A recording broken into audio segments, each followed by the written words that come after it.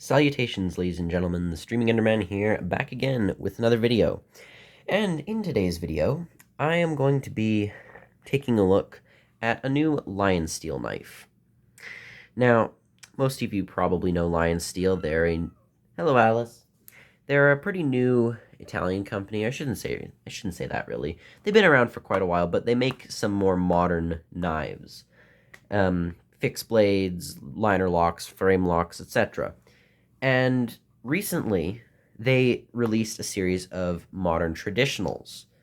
And modern traditionals are a cross between a modern knife with modern materials and a traditional knife in its style, say a slip joint. This is an example of one of their modern traditionals. This is the Best Man 2.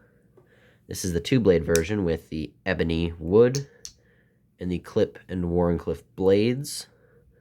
This is a very, very, very good knife. Very well made. Very high quality. And it's a joy to carry and hold and fiddle with. Somehow for a slip joint it has an excellent fidget factor. But we're not talking about this knife in this video. I'm going to set that aside. We're talking about this knife. So, I'm going to move my little Italian cappuccino cup out of the way. And we are going to talk about the Lionsteel Jack. Now, the Jack is a knife I haven't seen very much, well, in the review circle. It's not a very commonly talked about knife, not nearly as much as the Best Man. And I think that that's kind of unfortunate, because this is a very, very nice little knife. So without further ado, let's discuss the good and the bad of this little knife. There are some things that could be a little bit better. There are a lot of things that were done very, very well. So, to start off with, I went with the green canvas micarta on this model. And I liked this better than the carbon fiber. It was cheaper than the carbon fiber, and I just liked the look better. And it also had black G10, but the black G10 just didn't speak to me. And I have a lot of olive wood knives, so I didn't go with olive wood. And the Santos wood has had problems in the past with it being very dry and cracking.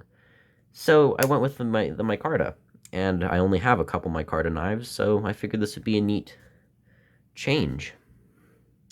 So the micarta is very interesting when it comes to the texture.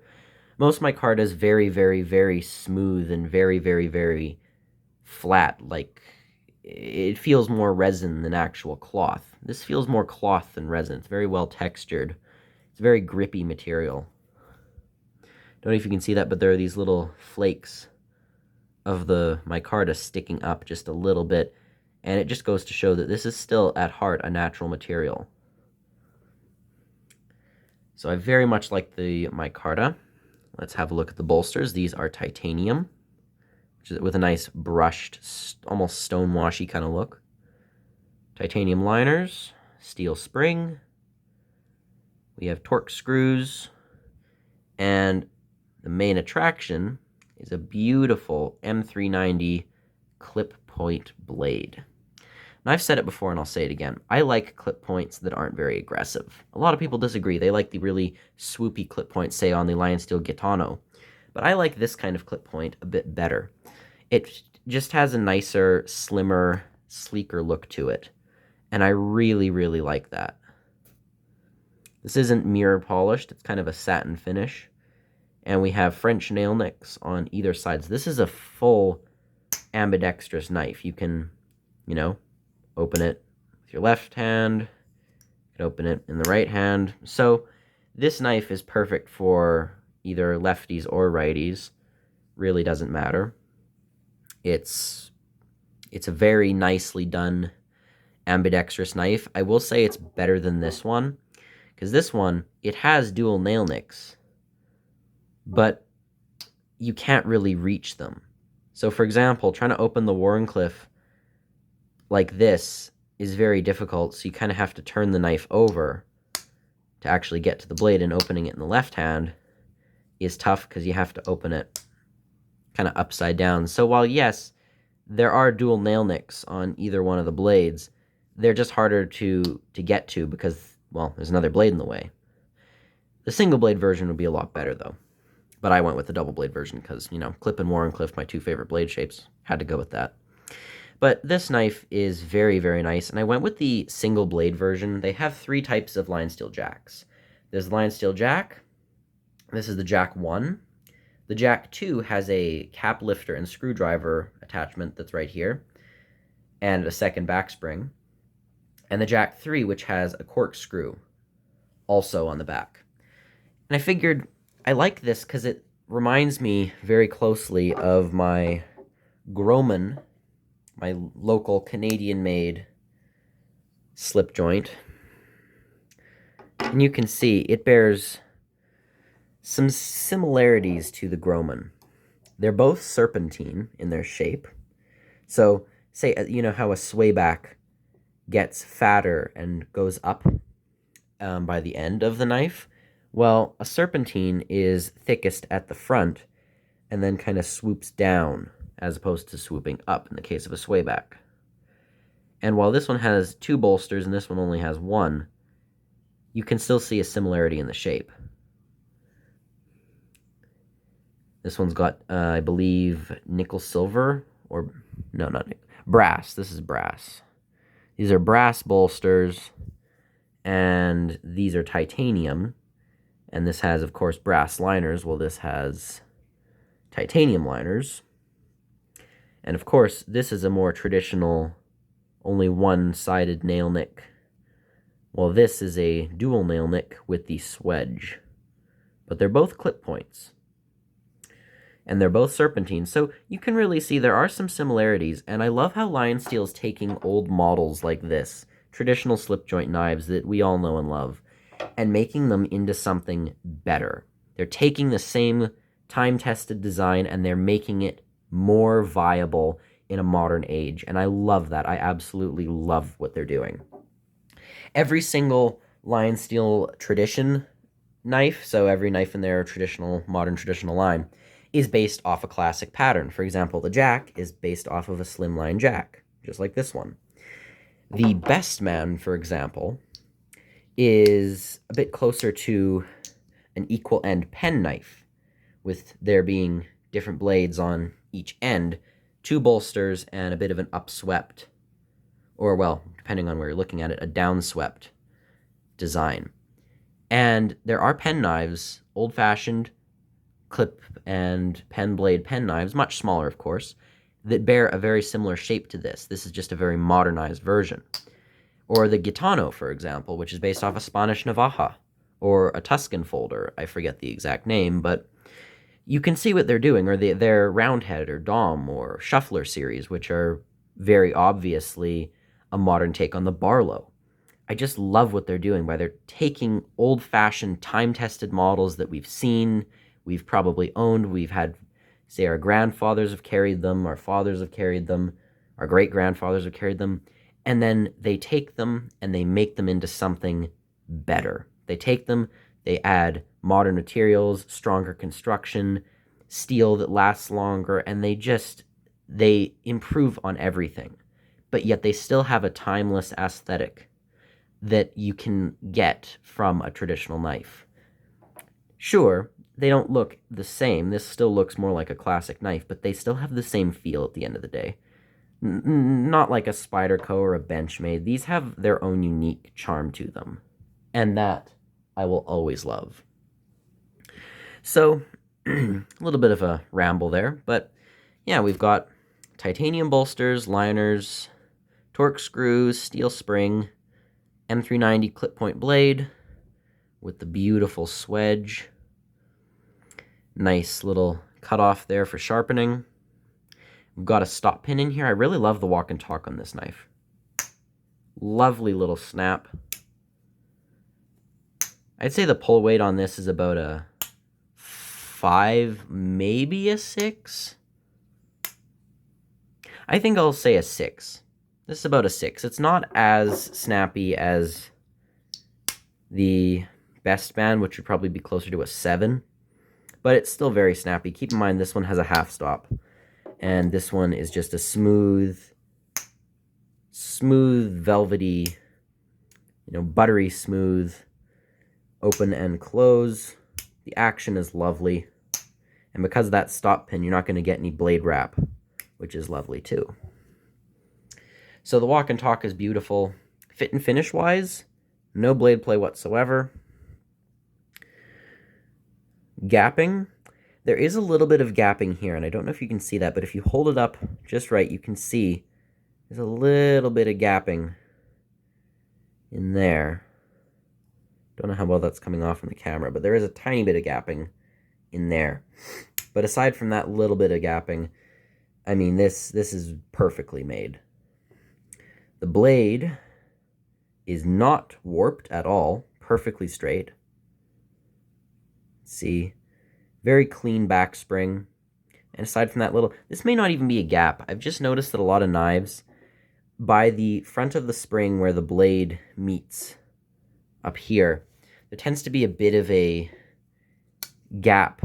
And I'm not sure if it's your usual, this knife was finished badly kind of gap. It may be just to allow the spring to go and, well, move near the blade's pivot area, because every time you open the blade, the spring goes up a little. And the same thing happens when you close it. So for all I know, this isn't a gap. It's just part of the knife's design, allowing it to freely operate. So I can excuse gaps like that. For example, on a case knife, though, when you have, the entire liner has a huge gap all throughout, that's just poor quality. But having a little bit of a gap here so that the spring can move, and that's just showing that it can move, see? When it goes up a little, you can see a bit of a gap in there. That's a bit more excusable, because for all I know, that may very well just be part of the knife's design.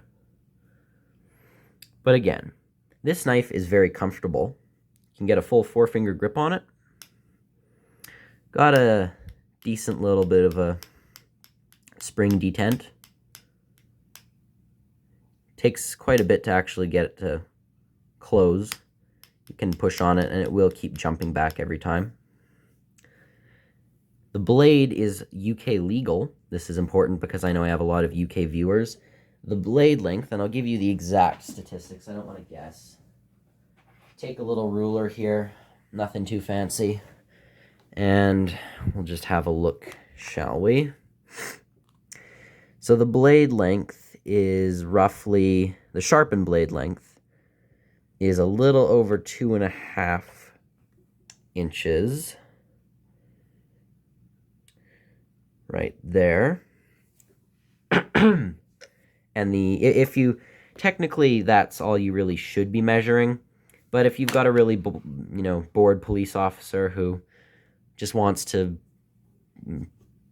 ruin your day, I guess they can technically count the unsharpened bit as part of the blade.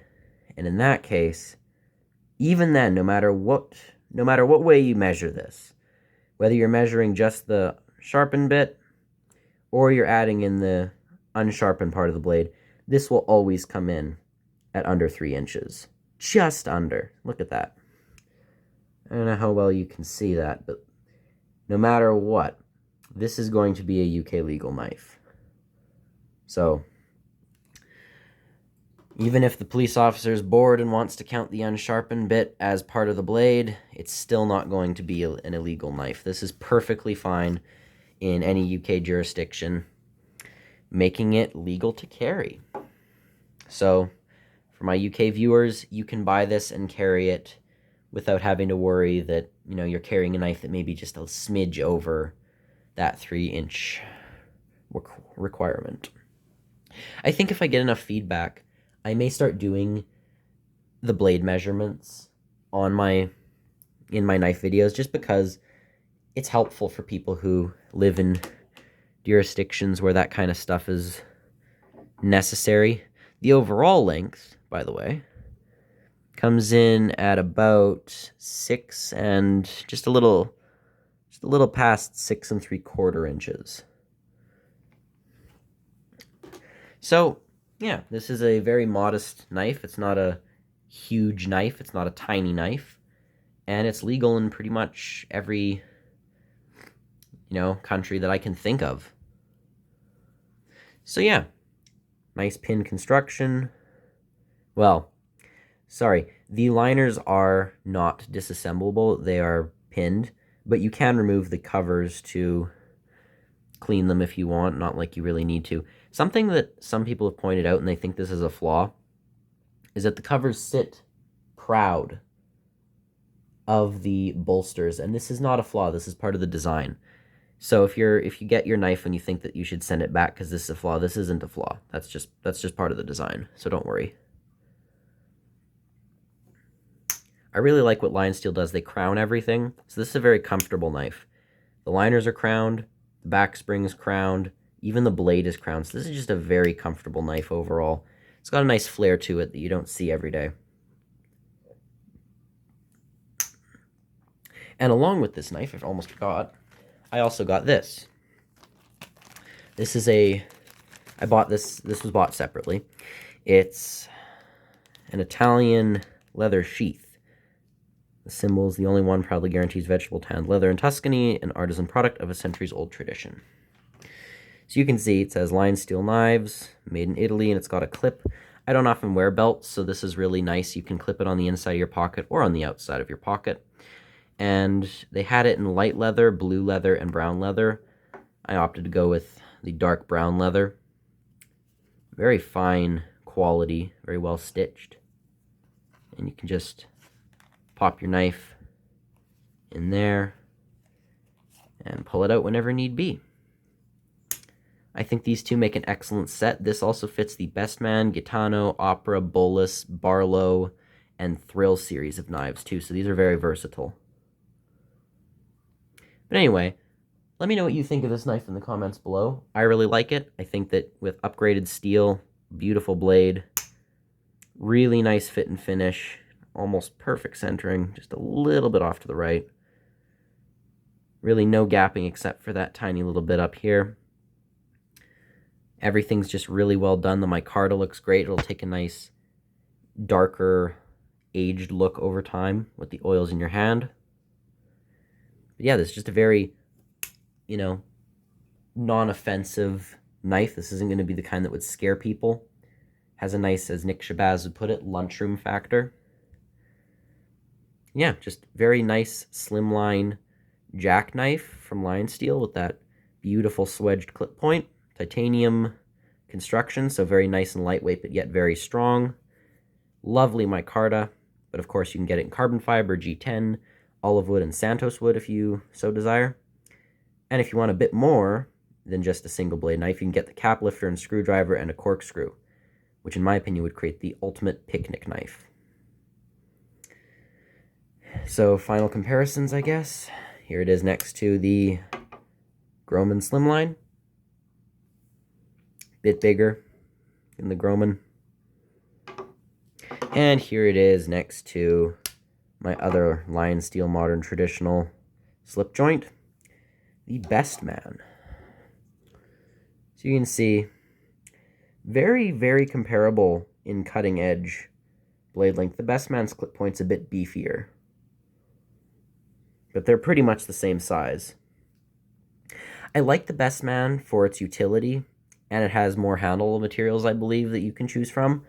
But I like the feel of the Jack better. It's much slimmer. The one bolster just gives it a nicer feel to it. And I really like it because it's just basically a modernized version of my Grohmann here.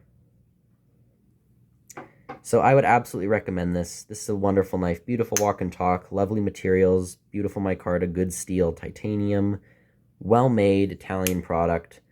And, you've got the lovely sheath to go with it. I absolutely adore this knife.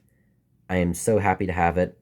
And I hope you've enjoyed this video. So let me know what you think of this knife in the comments down below. And this has been the Lionsteel Jack, and this is the Streaming Enderman, as always, signing off. Goodbye.